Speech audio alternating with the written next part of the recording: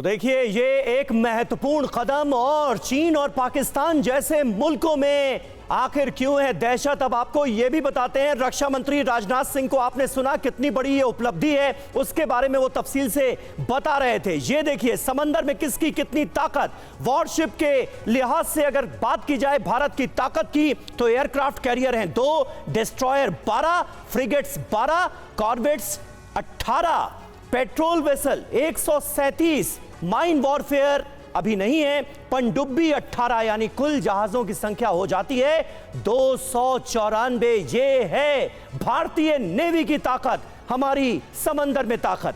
अब चीन का एक कंपैरिजन ग्राफिक्स भी हम आपके सामने रख रहे हैं। Aircraft carrier 2, destroyer 49, frigates 42, corvettes 72, patrol vessel 150, mine warfare 36, पनडुब्बियां 78, कुल जहाज हो जाते हैं 730। यानी चीन भी निश्चित तौर पर एक बड़ी ताकत है।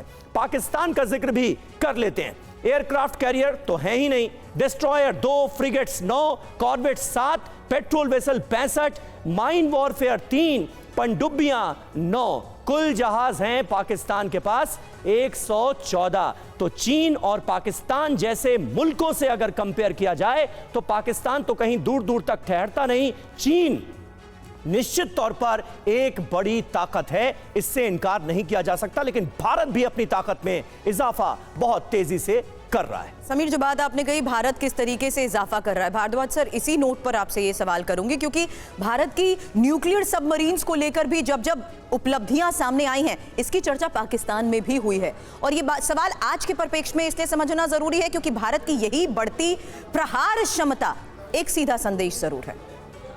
देखिए, भारत की जो इंडियन नेवी है, हाँ, वो उसकी एक मैं कहूँगा कि उसने हमेशा से एक डिप्लोमेसी में बहुत बड़ा रोल प्ले किया है। वॉरफेयर में तो करती ही है रोल प्ले।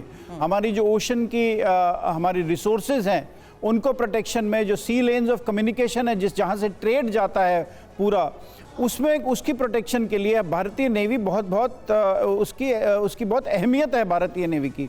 और उसके लिए हमको लगातार शिप्स को अपग्रेड करना पड़ता है, लगातार शिप्स को बढ़ाना भी पड़ता है। इंडियन नेवी को नए डिज़ाइंस को इंकॉर्पोरेट करना पड़ता है, नए तरीके की स्टेल्थ को।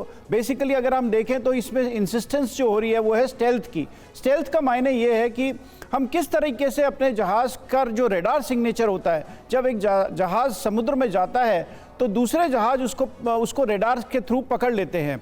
अब अगर उसका सिग्नेचर बड़ा है, अगर उसका रेडार के ऊपर वो बड़ा पेश होता है, तो उसका पकड़ा जाना थोड़ा आसान हो जाता है। उसको हम जितनी डिफिकल्ट कर सकें, उसकी कोशिश यही रहती है कि नए डिज़ाइनों का इस्तेमाल करके हम जो रडार सिग्नेचर है शिप्स का, उसको किस तरीके से कम कर सकें, हम किस तरीके से नए उसमें उसका वेट कम कर सकें, जिससे कि नए वेपन्स और ज़्यादा उसमें आ सके जहाज़ों में, जो कि प्रहार कर सकें उसको पूरी तरीके से। तो इन सब चीज़ों को देखते हुए ये लगता है कि हमारी जो मिशन जिसकी तरफ हम दौड़ रहे हैं, जिसकी तरफ हम अग्रसर हैं, बेसिकली आत्मनिर्भर भारत की तरफ, और making our Indian navy a very strong force in the entire Indian ocean region, from अगर आप देखें तो गल्फ ऑफ ओमान से लेके गल्फ ऑफ एडन तक, और फिर सुएज से लेके मलाक्का स्ट्रेट्स तक। हम चाहते हैं कि हम जो पूरा इंडियन ओशन रीजन है, जहाँ पे भारत को बहुत ज़रूरत है ये पायरेसी को प्रोटेक्ट करने के लिए, टेररिज्म को प्रोटेक्ट करने के लिए, इलीगल ट्रैफिकिंग को प्रोटेक्ट करने के लिए, सी लेन्स ऑफ कम्युनिकेशन को प्रोटेक्ट करने के लिए, इन सब के लिए हमारी नेवी जो है वो पूरी तरह से सक्षम है और पूरी तरह से अग्रसर है।